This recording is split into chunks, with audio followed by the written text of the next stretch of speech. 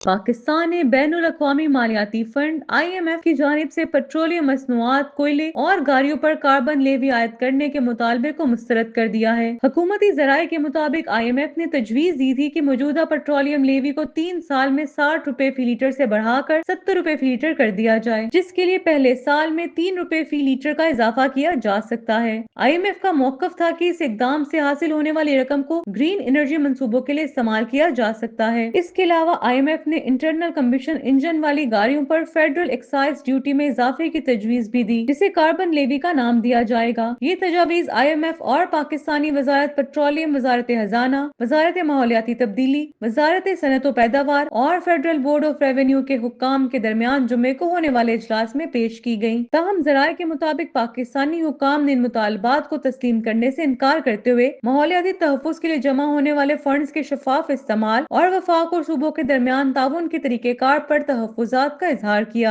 ज़राए के मुताबिक कोयले पर कार्बन लेवी आयद करने में भी मसाइल दरपेश हैं, क्योंकि ये एक सूबाई मामला है। अलबत्ता FBR ने गाड़ियों पर फेडरल एक्साइज ड्यूटी बढ़ाने की हमायत की है। वाज़ेह है कि गाड़ियों पर पहले ही भारी टैक्सेस आयद हैं, जो इनकी कीमत का 36 से 45% तक बनते हैं। हुकूमत ने गाड़ियों पर advance income tax, sale tax और फेडरल एक्साइज ड्यूटी और भारी रजिस्ट्रेशन फीस वसूल कर रही है, जिसके बायस अवाम पहले इजाफी माली बोझ का सामना कर रहे हैं।